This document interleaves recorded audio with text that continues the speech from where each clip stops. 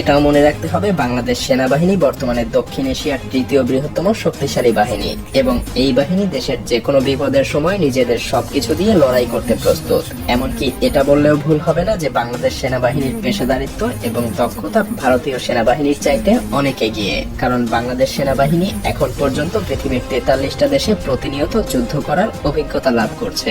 বিপরীতে ভারতীয় সেনাবাহিনীর যুদ্ধের অভিজ্ঞতা আন্তর্জাতিকভাবে খুবই সীমিত। বাংলাদেশ সেনাবাহিনী জাতিসংঘের অধীনে প্রায় অর্ধশতাধিক দেশে সরাসরি যুদ্ধের অভিজ্ঞতা অর্জন করেছে।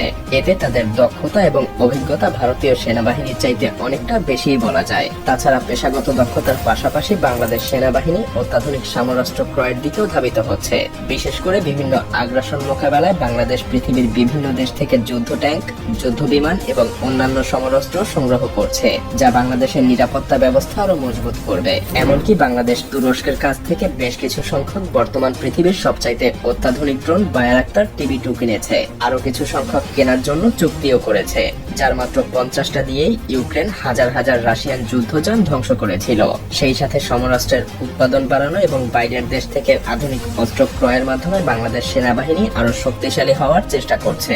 2030 সালের মধ্যে এই সমস্ত নতুন অস্ত্র বাংলাদেশ সেনাবাহিনীর বহরে যুক্ত হবে, যা বাংলাদেশকে এক নতুন উচ্চতায় পৌঁছে দিবে। তাছাড়াও বাংলাদেশের সেনাবাহিনীর কৌশলগত শক্তি বৃদ্ধি করতে সবচাইতে গুরুত্বপূর্ণ পদক্ষেপগুলোর মধ্যে একটা হলো অ্যাম্ফিবিয়াস ট্যাঙ্ক।